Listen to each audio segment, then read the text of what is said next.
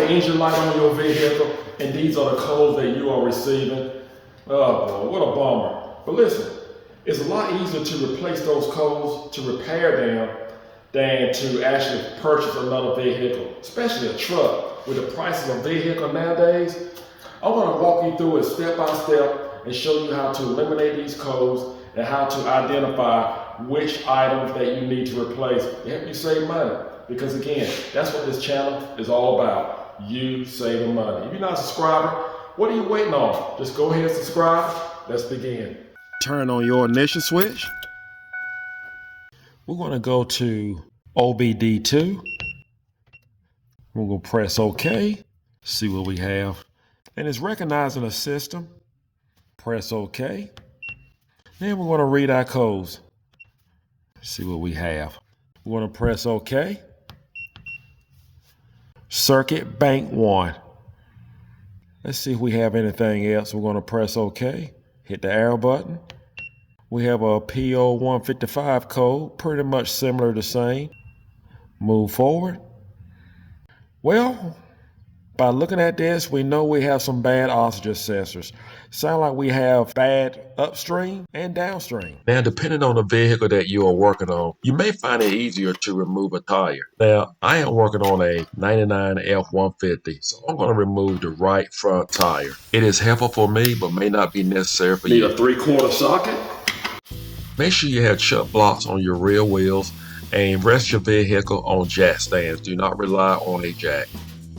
It doesn't matter which side you go on the first, because you have 2 oxygen sensors on each side.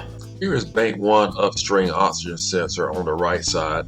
We're going to go down here to Downstream, Bank 2 on the right side. Here we have the left front, upstream, left side, and Bank 2, downstream, left side. I definitely recommend to take time to spray them with some type of penetration oil.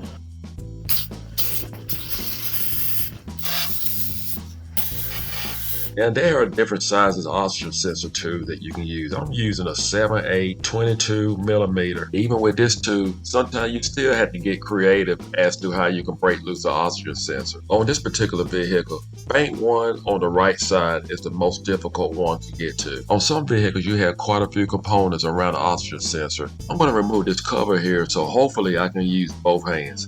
The right front oxygen sensor is going to be the toughest one. I actually had to remove the tire. Removing this cover was helpful, so just keep that in mind. I had to put one of my hands through here, so just take your time. The other one through here. Not only you need to remove the sensor, but you need both of your hands to remove the harness. Even at this location, the oxygen sensor is on the other side of the exhaust pipe. With that said, on a 99 F-150, the oxygen sensor on the right side will be the most challenging one to replace. Make sure you properly secure your harness, because you want to make sure your harness is out of your way from your exhaust pipe. Put our cover back in place. Tighten your lug nuts. Well, I'm glad to get that one out of the way. Next, we will go to Bank 1, Sensor 2, Downstream. And here's the one on the end, the downstream, on the right side. This one's not going to be bad to get to. Just put your tube inside the harness. Find a good spot, and we're just going to put our ratchet right on the 7/8 tool here. Although I sprayed it, it's still tight. Any parts dealing with the exhaust, you can expect that. Sometimes you have to give it a little reinforcement. There we go.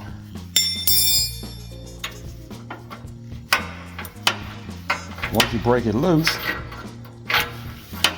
then you want to disconnect it from the harness. Just press in your clip. Hopefully it'll come out. If not, you may have to use a small screwdriver to actually help you out. Just want to show you what the screwdriver looks like. This is what I use it for, to actually press down this clip here. It actually helps. Once you get it pressed down, you just pull on the harness, because you're going to find yourself, it's going to be a little difficult to get both of your hands up there to hold the other end of the harness to disconnect it from the oxygen sensor. Just a little trick. Hopefully it'll help you as well. Just screw out our oxygen sensor. Here's the oxygen sensor that I purchased from my local Ford dealer. And you're going to need 4 of these. Or if you get it from your local auto parts store, here's the part number. And it's pretty much the same price with 4 in your local auto parts store. Again, you're going to need 4 of these oxygen sensors. Normally you have upstream oxygen sensor. It's going to be different from the downstream oxygen sensor. On this particular vehicle, 99 F-150, 5.4 liter, all 4 of the oxygen sensors will be the same.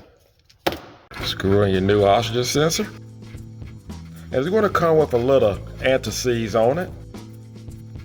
I'd be surprised if you get one, you purchase one that do not have any on it. And if you do, just make sure you put some on it. Look after the next guy. I'm just going to put a regular 7/8 wrench on it and tighten it up.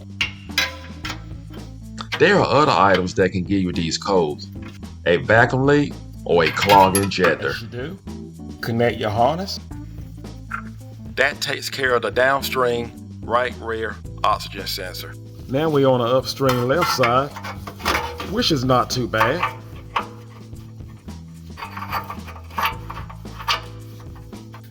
Last but least,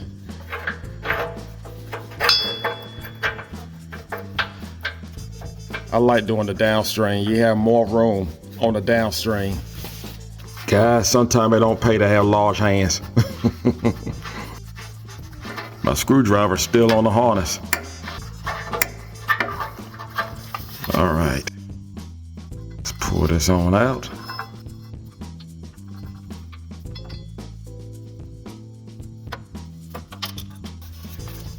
Screw in our new one.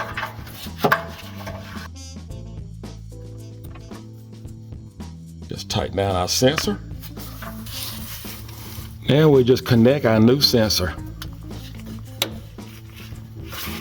Take time to tie your harness in case you have excess wire, because you don't want it to rub up against the exhaust or just rub loose, just hanging. So just make sure you tie it, and this is the proper way of doing it. Remove your jack stands and lower down your vehicle. Torque down your lug nuts to 100 foot-pounds. That's all you have to do. Now we just want to clear out the codes and just go for a test drive. 314,000 miles. Now that's a Ford. So far, so good. I had driven her for a while and no engine light. Now I just need to get some gas. Now you know how to change your own oxygen sensor. I hope this video was helpful. Do not forget to subscribe. Take care and God bless.